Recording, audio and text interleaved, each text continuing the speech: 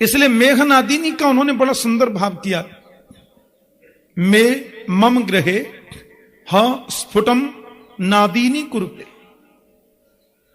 जहां मेरा पूजा घर है नजरानी, वहां जाकर आपके लाला जोर जोर से हल्ला मचा देते हैं, पूजा नहीं करने देते।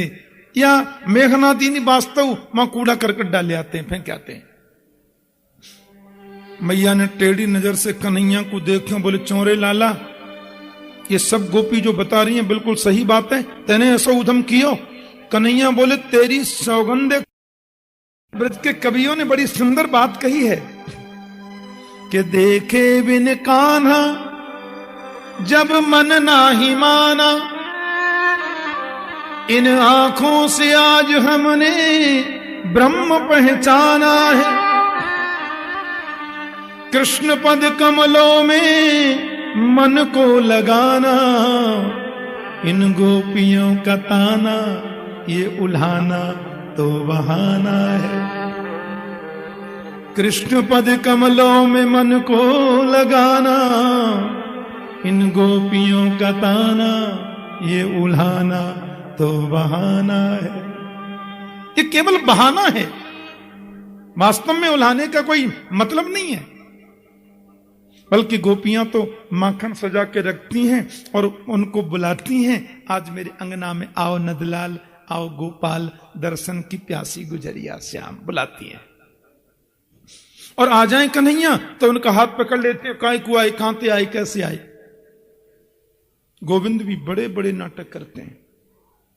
मैया ने खूब डांट लगाई, फटकार लगाई। आदरणीय सुखदेव जी महाराज कहते हैं कि एकदा क्रीडमानास्ते रामाद्या गोपदारका, कि कृष्णो मृदं भक्षितवान् इति मात्रे न्यवेदयन्। ब्रजवासियों के संग खेल रहे थे कन्हैया। आपने कल तक खूब ज्ञान की बात सुनी है, ध्यान देना। हाँ, घर छोड़ के वन में जाने की खूब कथाएं सुनी, नाक बंद करके पेड़ पर उल्टे लटक कर तपस्या करने की खूब कथाएं सुनी, कंठ भर पानी में खड़े होकर गायत्री अनुष्ठान की कथाएं सुनी हैं। आंख बंद करो, नाक बंद करो, अंदर घुस जाओ, भीतर चले जाओ, समाधि लगा लो। कल तक आपने बहुत सुनी कथा। आज का दिन तो रसगुल्ले की कथा का है, क्योंकि उस समाधि का, उस ध्यान का, उस आसन का, उस प्राणायाम का जो फल है वो फल आज है। ये गोविंद ही तो सबका फल है। अब तो ब्रजवासियों के बीच में खेलते खेलते कन्हैया ने इतना बड़ो माटी को डेला लेके मुंह में धर लियो। ब्रजवासी बोले तेने कहा खाए रे बाल? बोले सो पकड़ करके ले आए महाराज नजरानी के पास। कृष्णो मृदम भक्षितवान इति बात्म्य निवेदयन्। मैया तेरे लाला ने इतना बड़ो माटी को डेला खा लियो। भगवान सुखदेव कहते हैं परीक्षित, मैया ने जैसी सुनी कि लाला ने माटी खाई तो साग्रहित्वा करे कृष्णम उपालभ्य हितैषिणी। मैया ने तुरंत लाला को हाथ पकड़ लियो, साग्रहित्वा करे कृष्णम, और हाथ पकड़ के भीड़ के बीच में खींच लियो। चौरे तेने माटी खाई? कन्हैया बोलू तेरे सखा कह रहे तेने माटी खाई। कुमारास्ते अग्रजोप्ययम, तुम्हारे अग्रज बलराम जी भी कह रहे हैं कि तूने माटी खाई। कन्हैया बलराम की बगल में जाके खड़े हो गए, बोले चौं जी हमारी माटी खावे की शिकायत आपने करी? बलराम जी बोले तूने खाई तो वहां पर सोई मैंने कह दे। ठीक है, हमू मैया तो कह रहे हैं कि भैया तो भांग को गोला खावे।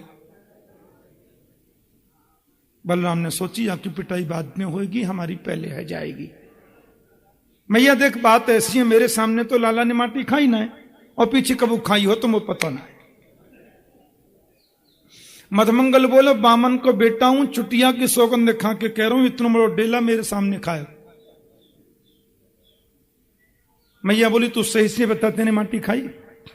मैं काऊ की बात नहीं मानूंगी, पर बिल्कुल सही बताइयो। सुखदेव जी बोले परीक्षित सावधान। राजा बोले क्या हुआ? बोले अब हरिश्चंद्र जी बोल रहे हैं,